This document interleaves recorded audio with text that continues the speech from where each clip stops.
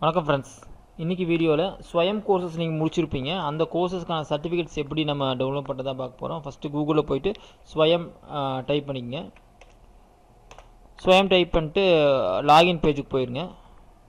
So login page போனீங்கன்னா உங்கள் mobile ஆகட்டும், உங்கள் லேப்டாப், டெஸ்க்டாப் எதாகட்டும், நீங்கள் என்ன பண்ணுவீங்க அப்படின்னா உங்கள் யூசர் நேம் பாஸ்வேர்டு கொடுத்து உள்ளே போவீங்க. யூசர் நேம் பாஸ்வேர்டு கொடுத்து உள்ளே போயிட்டு இங்கே மை சர்டிஃபிகேட்ஸ் அப்படின்னு ஆப்ஷன் இருக்குது பாருங்கள். ஸோ மை சர்டிஃபிகேட்ஸ் ஆப்ஷன் இருக்குது, இதை கிளிக் பண்ணுங்கள். கிளிக் பண்ணிங்கன்னா உங்களுக்கு எந்தெந்த சர்டிஃபிகேட்ஸ் கோர்சஸ் முடிச்சிருக்கீங்களோ அந்த சர்டிஃபிகேட்ஸ் காட்டும். இப்போ நான் பேசிக் இன்ஸ்ட்ரக்ஷன் மெத்தட் முடிச்சிருக்கோம் அப்படின்னா சர்டிஃபிகேட் கிளிக் பண்ணிங்க அப்படின்னா உங்களுக்கான சர்டிஃபிகேட் வந்துடும். ஸோ யுவர் கன்சல்டன்ட் கோர்சஸ் 69% அப்படின்னு வந்துருச்சு.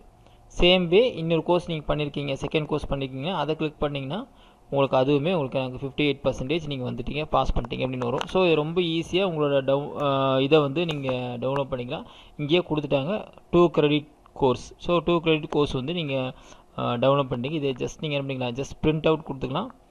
ஆர்எல்ஸ் நீங்கள் என்ன பண்ணலாம் அப்படின்னா டவுன்லோட் பண்ணிங்கன்னா உங்களுக்கு பிடிஎஃபாக டவுன்லோட் ஆயிரும். ஸோ டவுன்லோட் பண்ணி வச்சுங்க. செகண்ட் கோர்ஸ் இது என்ன பண்ணிக்கலாம் அப்படின்னா இங்கே டவுன்லோட் பண்ணி எடுத்துக்கலாம்.